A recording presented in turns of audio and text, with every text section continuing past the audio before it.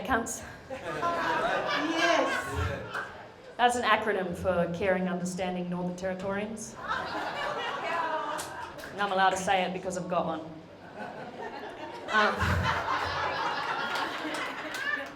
Thank you very much for having me in the comedy club, not Darwin. Fucking hate Darwin. I just don't understand why anyone lives here. It's so fucking hot. I've been sweating my balls off ever since I arrived. But at least I won't have to go to Bali for that operation.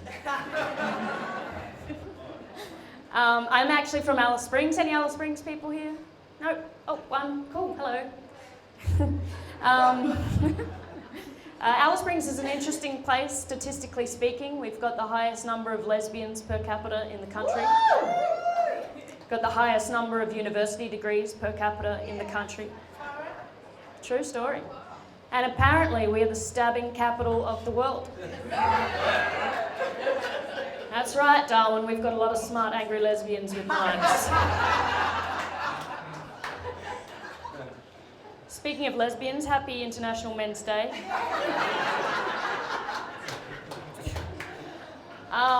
That wasn't a segue to bash men. I'm not a fan of bashing men, physically or verbally.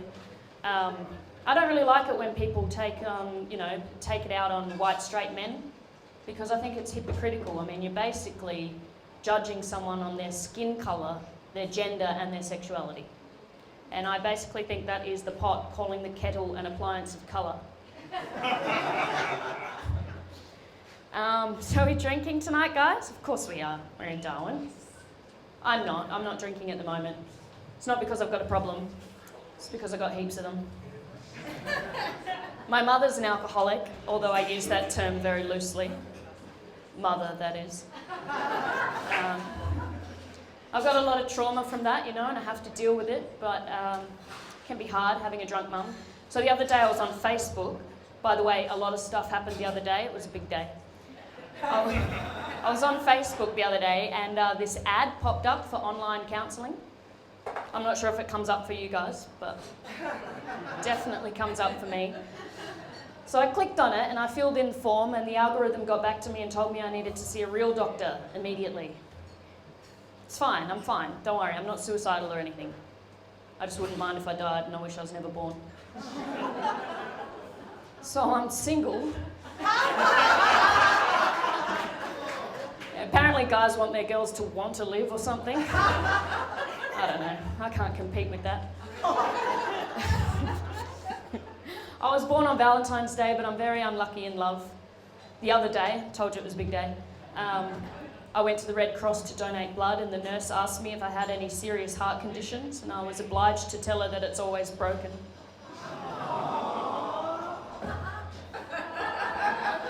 She laughed. But it's all right, don't worry, I'm not giving up on love. I'm just hoping for an older guy, because I think I pretty much just want 10 years to myself at the end. These old ladies laughing. Sorry. Yeah, but younger guys are kind of cool because they've still got hope and hair and shit. Lockdown was pretty interesting, romantically speaking. I was at home minding my own business, just quietly proving that I shaved my legs for me. When all these random dudes just slid into my DMs, like saying bullshit, gammon things like, "What you doing?" in weird accents for some reason. Like, shut the fuck up. You don't care what I'm doing. Grow some balls and ask for boobs. One guy even sent me a dick video. Not a dick pic, a dick video. And I went to film school. The lighting was terrible. Somebody get this guy some diff.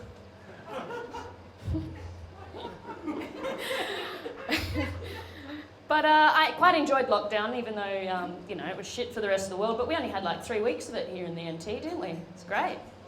See you in the NT. Please don't. My dad really liked lockdown too. He got into some welding. And whenever he finished a project, I would say, "Weld done." And now I think I might be his dad.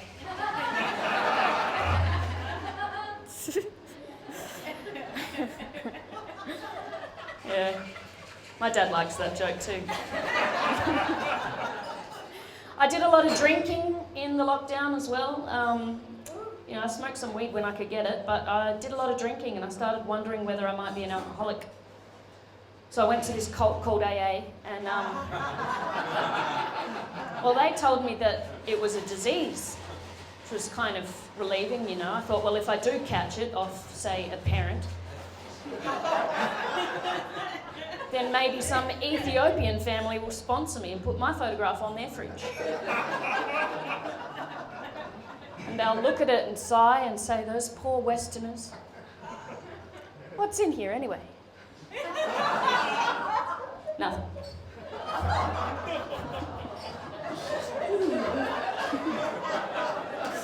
Hey, wickedly witty, isn't it? Yeah. But I'm not drinking anymore. Not at the moment anyway, because I went and got myself pregnant. Thank you. Brought to you by the coronavirus. I will be a single mother. I'm not sure what I'm having, but I'm hoping for a miscarriage.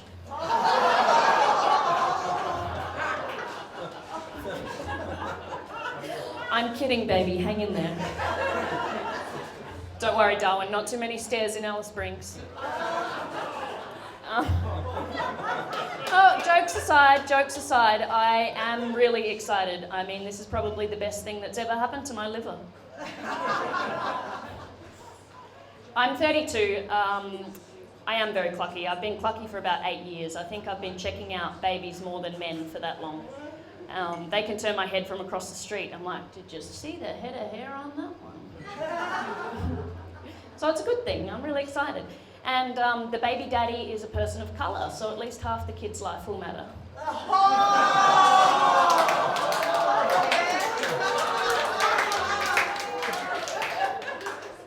Did you all post black squares? I hope you did. I've been wondering, if you post a black square but you don't have any followers, are you even a good person?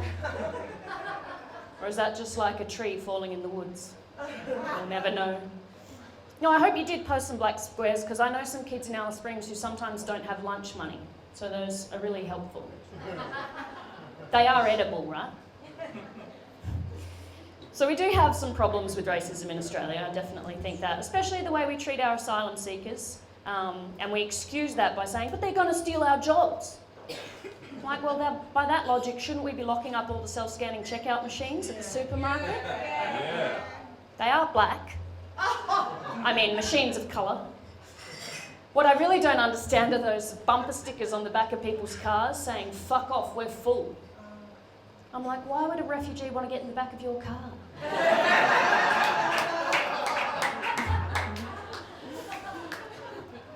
I notice a bit of tension in the room. That's okay, we're mostly white here, and we do get worried about minorities having senses of humour. Trust me, they do. I was a youth worker in Alice Springs, so I know a lot of the kids there, and they're funny fuckers. They can do with a laugh, and they can give it too. And they're really incredible people, you know. They speak often several languages before they speak English. They have a strong sense of community and spirit, and they're so fucking cute. It's like, no wonder people stole them. Am I white? They love that joke, by the way. White people, not so much. Being Irish Australian, I've got double the guilt, because I've got Catholic guilt and I've got white guilt. And I'll tell you what, I would take white guilt any day, because at least you know what the fuck you did wrong. Got some Catholics in the audience. Yeah, with Catholic guilt, like when you're born Catholic, you're just born wrong, you know. It's called original sin, and that's why you need to be baptised. I was baptised at 2 weeks old. I didn't even have any teeth. I didn't want a fucking apple. Just some more milk, please, you weirdos. But my white guilt was pretty bad for a while there. Wanted to go and live in Ireland. I was actually determined to go and live in Ireland, where my ancestors were from and where my skin colour didn't blind people. But I couldn't. I wasn't allowed to. One generation too far back. I tried everything. I emailed the government. I dated Irish guys. I even stole some bread. I thought they'd send me back, but no Irish luck here.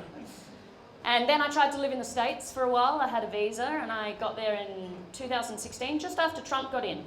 And even though I had a visa, all my friends were worried that I was going to get kicked out of the country. I was like, guys, I'll be fine. I'm a small white girl and I never wear my turban in public.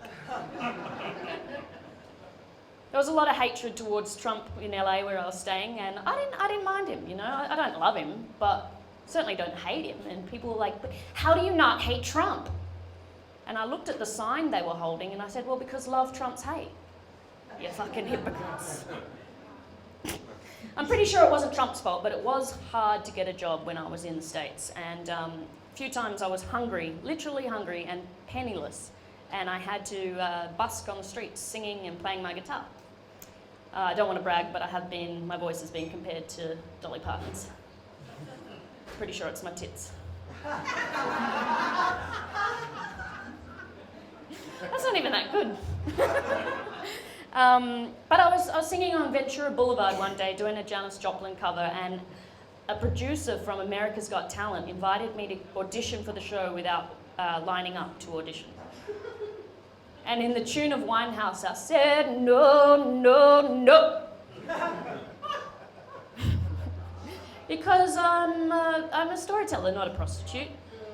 And I don't really diss people who go on those shows, but I decided to keep my soul. And I didn't do it. My trajectory in life could have been very different, but I didn't go there because, you know, I didn't want to beg for approval from the masses on a reality TV show. I decided to do it one comedy club at a time. So I can't live anywhere else. I just have to live in Australia and be the best white, caring, understanding Northern Territorian I can.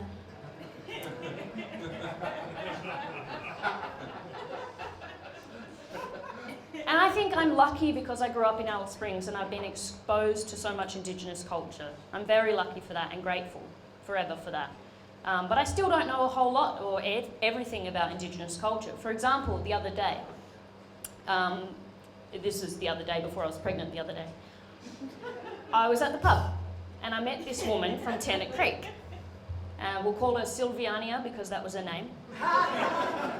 And I found out that I knew Silviania's grandmother, and she didn't know anyone in Alice and didn't have anywhere to stay. I didn't have anywhere for her to stay, but you know, I bought her a beer and I gave her $50 because of the obligation system, which is kind of a cultural communism.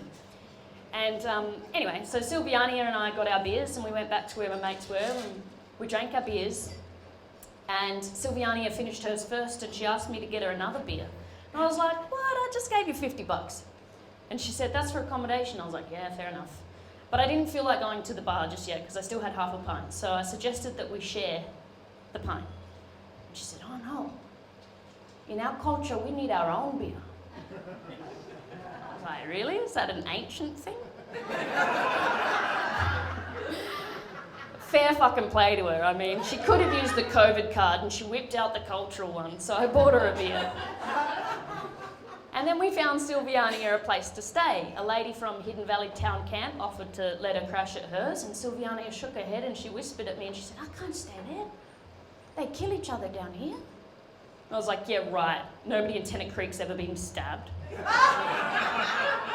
She said, no, we use our hands. All right. True story. Another true story. I'll leave you on this one. And you can cancel me later, but it does have an Asian accent. It's just part of the story. No. She said, do the eyes. No.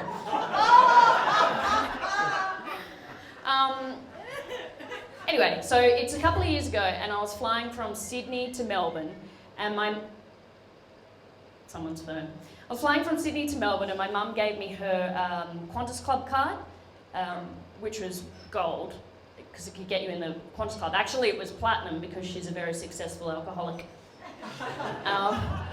And so I was in Sydney at the airport and I was too ashamed to use it. You know, I thought, oh, I don't deserve to go in the Qantas Club. I'm just going to buy an overpriced coffee like the rest of them. And I didn't use it. But when the plane landed in Melbourne, the pilot announced that it was 2 p.m. and 43 degrees. And I was like, well, fuck that. I'm going to the Qantas Club. So I did. I used the magic card and I got in. And I spent the afternoon drinking free beers, eating free sandwiches, and reading free newspapers in the air-conditioned Qantas Club. I had a great time until I realised that I'd misplaced the Qantas Club cards somewhere in the Qantas Club. So I went up to the receptionist and I said, has anybody handed in a Qantas Club card? And she said, what's your name? And I said, Fiona O'Loughlin. And she said, what's your date of birth? And I was like, the 16th of July, 1963.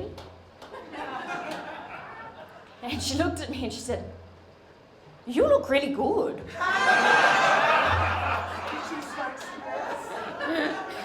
So not only did I just do an Asian accent in an Asian restaurant, I just name dropped my own mother. I think I'll see myself out.